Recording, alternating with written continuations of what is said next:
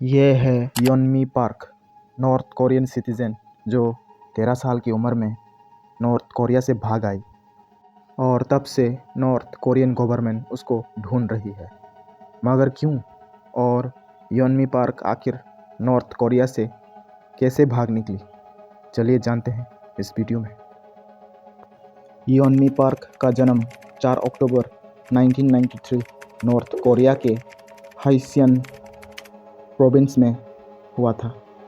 उसके पिता civil servant का काम करते थे नॉर्थ कोरियन गवर्नमेंट के लिए। वर्कर्स पार्टी ऑफ कोरिया जो नॉर्थ कोरियन गवर्नमेंट चलाता था, वहाँ पर लोगों का ब्रेन वॉश और पैट्रियटिज्म के नाम पर किम जोंग उन की फैमिली को वॉरशिप करना सिखाया जाता था। पैट्रियटिज्म, कम्युनिज्म, किम इल सुंगिज्म, पता नहीं क्या क्या। मैं आपको आइडियोलॉजी दे रहा हूँ, स्क्रीन पे आप पढ़ लीजिए, पता नहीं क्या क्या है। योनमी के पिता चाइना से इलीगली गुड्स स्मगल करता था और जैसे ही अथॉरिटीज़ को खबर पड़ी तो योनमी की पिता को अरेस्ट कर लिया गया। तो उसकी पिता को जेल में ले जाकर बहुत टॉर्चर किया गया और ऐसे ही कुछ महीने बीत गए, फिर उसको जेल से रिहा कर दिया गया। बट आपको तो पता ही है, नॉर्थ कोरिया में जो भी क्राइम करता है उस पर्सन के साथ साथ पूरी फैमिली को भी सज़ा मिलती है। ना ही आपको फ्यूचर में कोई जॉब मिलेगा और ना ही कोई आपको काम देगा, यानी कि no hope, no food, no future.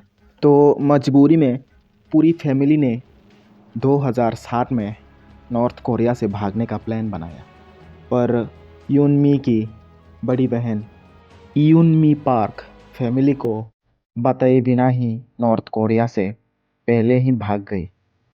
फिर क्या था, यूनमी और उसकी पूरी फैमिली ने डर के चलते नॉर्थ कोरिया से भागने का प्लान बनाया।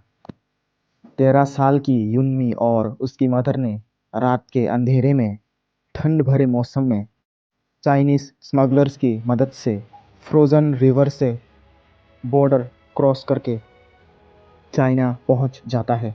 चाइना में पहुंचकर यूनमी और उसकी मदर को चाइनीज स्मगलर्स के द्वारा सेक्सुअली असॉल्ट किया जाता है। 2007 में ना ही नॉर्थ कोरिया के पास इतना बॉर्डर सिक्योरिटी अच्छा था और ना ही चाइना का बॉर्डर सिक्योरिटी इतना अच्छा। तो नॉर्थ कोरियन रेफ्यूजी चाइना में भाग जाया करते थे। Chinese government north Korean refugees को ढूंढते रहते थे और ऐसे ही यूनमी और उसकी मदर 2 साल चाइना में सरवाइव कर जाते हैं। फिर बाद में यूनमी बताते हैं कि चाइना में कुछ साउथ कोरियन और चाइनीज़ लोग जो ईसाई धर्म को फॉलो करते हैं, वहाँ पर क्रिश्चियन शेल्टर में यूनमी और उसकी मदर छुप के ऐसे ही 2 साल बिताए थे। फिर 2009 में यूनमी और उसकी मदर और कुछ नॉर्थ कोरियन रेफ्यूजीज़ का एक स्मॉल ग्रुप मिलकर एक डेंजरस एस्केप प्लान बनाता है। सर्दियों के सबसे ठंड वाले महीने में रात के अंधेरे में यूनमी और उसकी मदर और कुछ रेफ्यूजीज़ के साथ चाइना से मंगोलिया भागने का प्लान बनाता है बॉर्डर क्रॉस करके। फिर एक रात यूनमी और उसकी मदर और कुछ रेफ्यूजीज़ एक साथ रात के अंधेरे में चाइना बॉर्डर क्रॉस करके मंगोलिया के गोबी डेजर्ट से मंगोलिया के अंदर पहुंच जाते हैं। पर प्रॉब्लम्स यहाँ भी ख़त्म नहीं होती। मंगोलिया में बॉर्डर गार्ड सिक्योरिटीज़ के द्वारा यूनमी और उसकी मदर और बाकी रेफ्यूजीज़ को पकड़कर डिटेंशन सेंटर में 2 महीने के लिए लॉक कर दिया जाता है।